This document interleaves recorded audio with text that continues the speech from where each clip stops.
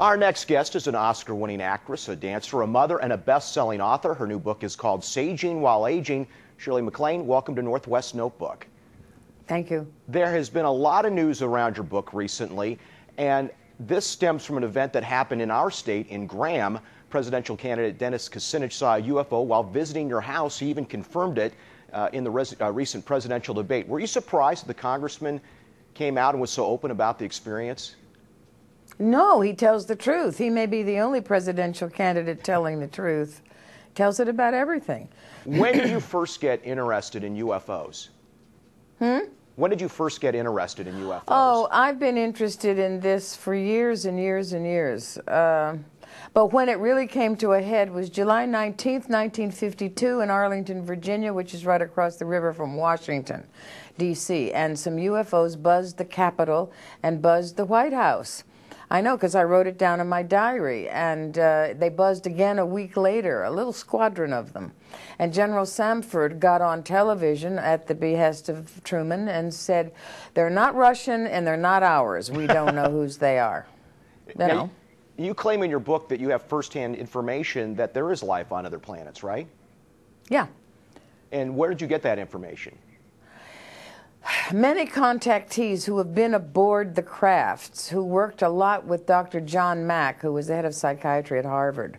John Mack and I were great friends, and he told me about all these interviews he had had with people who had been listening to the occupants of the crafts. Also, when I was in Peru, I ran across so many people who had been taken aboard the crafts. I was also pleased and happy to visit Billy Meyer in Switzerland. That's probably the best case of all. Why do you think in this nation we're not so willing to discuss the topic?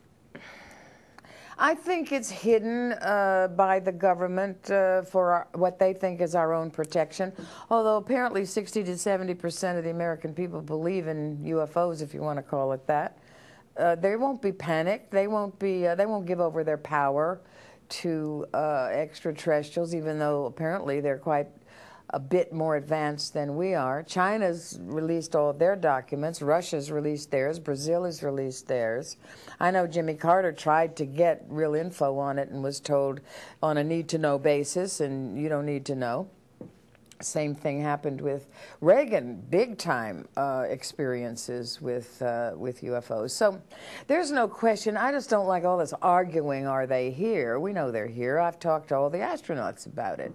Every single one of them has said that we're never alone when we're in space. So I think what we have to do is start questioning why they're here, what do they mean, they want to teach us, what's it all about, instead of are they? Let's move off of UFOs. Let's talk about karma. You talk about karma in your book. What kind of role does it play in your life, and how does it shape your worldview? I think when you understand that what you put out, you get back, it's a scientific fact. The energy that is exuded returns to that of the sender. So karma is something that is at work and at play all the time. If we would just understand that our actions are going to be rewarded by our actions. That's why war is so stupid. Nobody's ever going to die. The soul goes on. We're just incurring bad, negative karma by fighting each other. So that's how it impacts on our lives. Are you encouraged by how eco-friendly we're becoming as a nation? At least it appears we're becoming more eco-friendly. I hope. I wish it would happen faster. I think people should attempt, and I don't know how they work it out with their jobs and their lives and their children, their homes and all that, but they should get out of cities more, in my opinion, and go to the country and have solar and learn to live with nature. I mean, really, when stuff starts to really happen bad in cities, of course they'll do that. But if they already had prepared to have a life more in nature, it wouldn't be such a shock, because I think it will happen.